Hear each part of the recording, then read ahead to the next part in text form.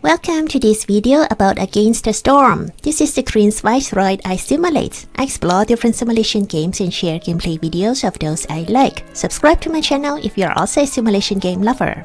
My original idea for this episode was to walk through my second settlement, but then the game recently released an update and the second settlement was recorded some time ago. I then thought it's better to record and show you the third settlement after the game's recent update. Name of the second settlement was Sunla, and it took 6 years. That's why you see now at the bottom of the screen distance between cycle start and Ignar, our first settlement, which took us 7 years, is longer than that between Ignar and Sunla. There are different types of maps. Ignar is in the Scarlet Orchard, a beautiful forest. Sunla is located in the Royal Woodlands, which looks like this. Our third settlement, let's pick this tile, CURSED Royal Woodlands. What are the modifiers? Cursed battlefield. It is impossible to recognize the danger of the glades, which are now all of even size. And then restless spirits can be found in the forest. Okay, things will be interesting and exciting. Now we should compare the two caravans. While I prefer having beavers when I embark, the first caravan has more villages. 5 beavers, 4 humans, and a group of 2 villages means 11. The second caravan has 8 beavers plus 2 villages, meaning only 10. I'd go for the first caravan. As to the embarkation bonuses, I always pick wood. If I don't, before our woodcutters camp is in operation, we can only rely on this tent from the caravan. One shelter will fully consume our tent. Having another 30 definitely makes our start easier. Next, I'd pick some stones and some food. The forest mysteries. There's a 35% chance our villages don't consume food during a break, and then the drizzle season will reward us 30 insects for each glade we discover, allow woodcutters to carry 10 more goods, after that looming darkness again, -4 to global resolve during the storm season, and when the forest hostility reaches level 4, villages have a plus 20% chance of destroying the yield with each production cycle. That's actually not too bad. Welcome to the CURSED Royal Woodlands. With the recent update, locations of the hearth and the warehouse are randomized. First thing first, let us build roads around the hearth, leaving 4 grids for decorations, and then around the warehouse as well. Visuals of the camps have been improved. Look at them! Also, I see that we are not only given small gathering camps to start with. Some of them, like this Stonecutters camp, can also gather large and giant resource nodes. If I'm not mistaken, I think previously only small gathering camps were available when we started a new settlement. Looking around, just as the modifier said, the glades are of the same size and there's no indication if a glade is regular, dangerous, or forbidden. I'm placing the woodcutters camp here. Please cut into the glades in the north. The reason is because the hearth is in the south, so by working north, we can find a spot for our second hearth sooner. Now we have 3 species in our settlement, 5 humans, 5 beavers, and a lizard. Different species have different needs, which we can see here. Before we go into that, it's worth noticing that assigning different species as our firekeeper gives different effects. A beaver firekeeper slows down fuel consumption. Having a human firekeeper makes the green's impatience grow slower. My choice though goes to the lizard. The firekeeper himself gains 5 resolve, and then there's this +1 global resolve in our settlement. This effect is right away visible on the other villages.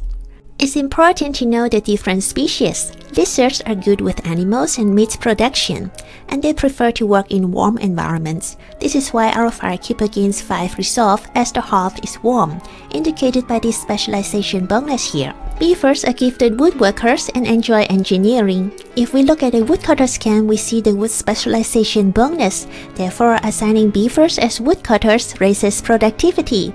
And then last but not least, humans are adept at farming and really enjoy brewing. Now let's get things rolling. We need a small trappers camp to gather the insects here.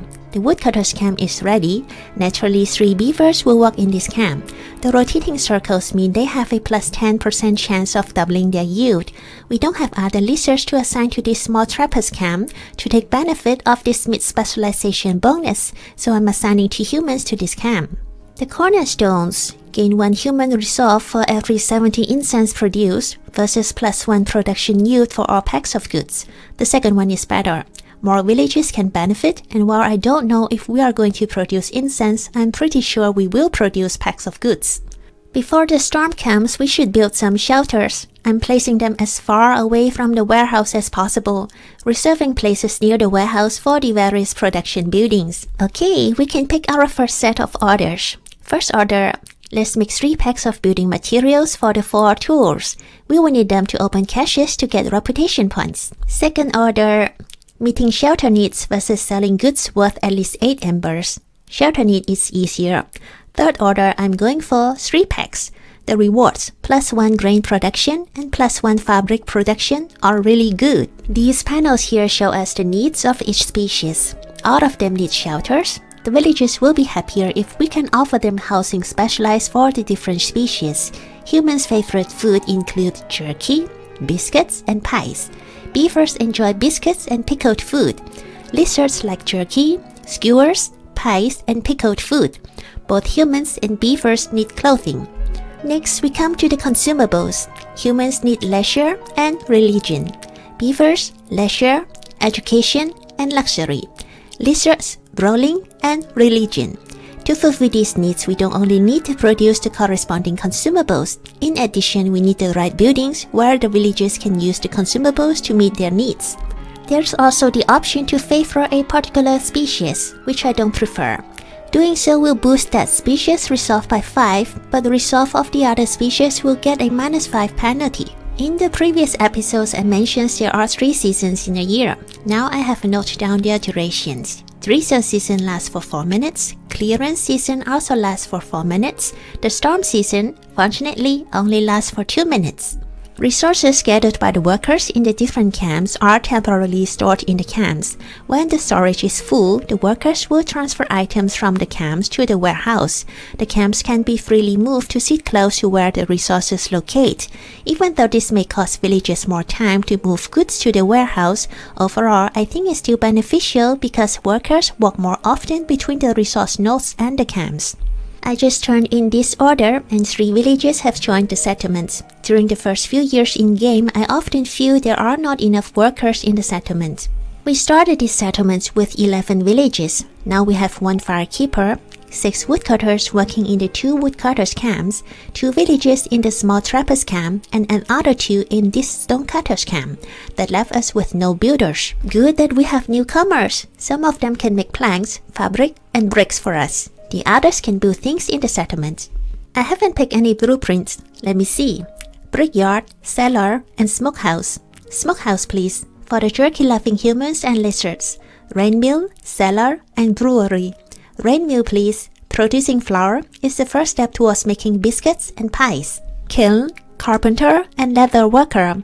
Carpenter, please. This building has 2 stars next to planks. It's an improvement compared with the crude workstation in terms of making planks. Foragers camp, trappers camp, and herbalist camp. I'll wait until we discover more glades.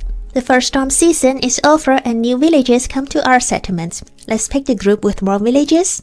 Cornerstone. Gaining 3 barrels for every 10 planks is lovely. The other choice is not as good because it's easier to produce 10 planks than to gain 1 reputation point through high resolve.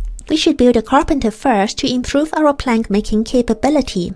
And then, considering the wood specialization bonus of this building, I'm assigning a beaver to work here. Next, let us build a smokehouse to make jerky.